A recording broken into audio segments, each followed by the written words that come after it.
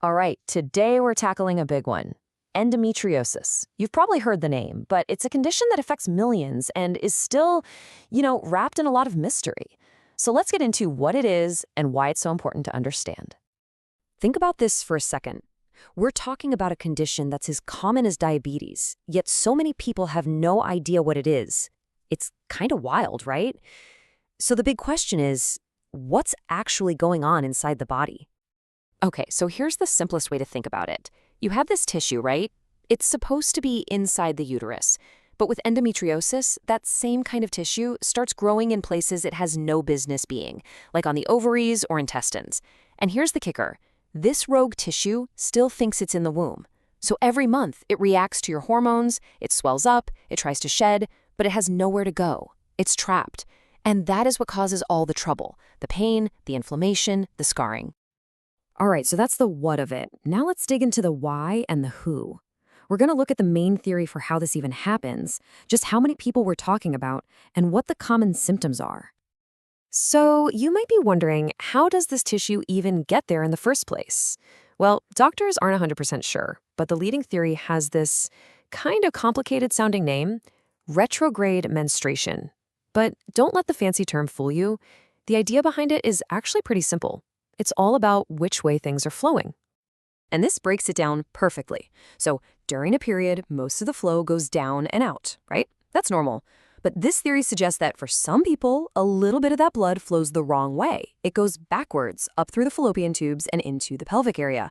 And inside that blood are these little endometrial cells that can then, latch on, plant themselves where they shouldn't, and start growing. And when we talk about how many people this affects, the numbers are just staggering. I mean, look at this. In India alone, we're talking about an estimated 40 million women. That's not a small number.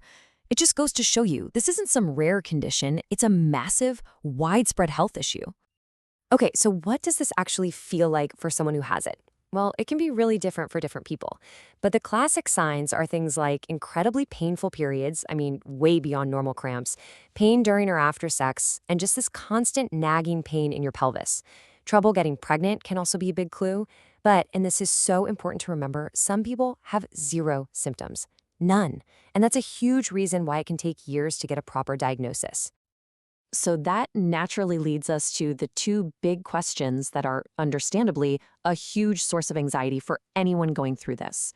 First, how do you find out for sure if you have it? And second, what does this all mean if you want to have a baby? And this is where things get really interesting. Look at the relationship here. It's a two-way street. About 1 in 3 women who have endometriosis also struggle with fertility. Okay, but now flip it. For women who are seeking help with fertility problems, about 1 in 3 of them end up having endometriosis. The science of why is still being debated, but you just can't ignore a connection that strong. So how do doctors figure this out for sure? Well, they usually start with something non-invasive, like an ultrasound. It's a great first look, and it can definitely spot bigger things like cysts. But the problem is, it can totally miss the smaller, flatter patches of tissue. So the only way to get a 100% for sure diagnosis is with a minor surgery called a laparoscopy. They actually go in with a tiny camera to see what's happening.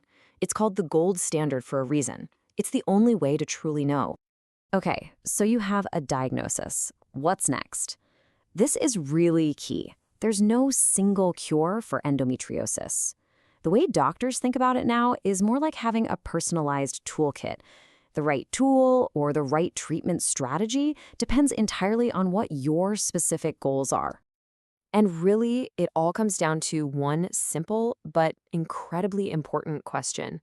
What is the number one priority for you right now? Is it pain relief or is it getting pregnant? Because the answer to that question changes everything about the treatment plan. And you can see those two different paths laid out so clearly here.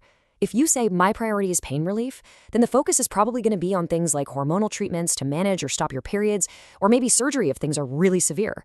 But if you say my priority is getting pregnant, the whole game plan changes. Then the focus shifts to direct fertility treatments like IUI or IVF. Surgery is still an option, but it's used a lot more carefully because you have to be mindful of its potential impact on your egg reserves.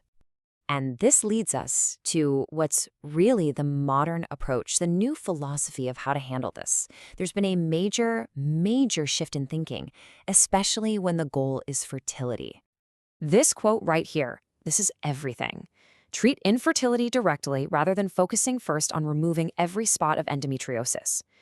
What that means is the whole approach has flipped. The old way might have been to go in and try to surgically remove every tiny bit of endometriosis, but now we know that doesn't always help with pregnancy. So the new thinking is let's focus on the actual goal. Let's use proven fertility treatments to help someone get pregnant. So what's the bottom line here? It's really all about a patient-first approach.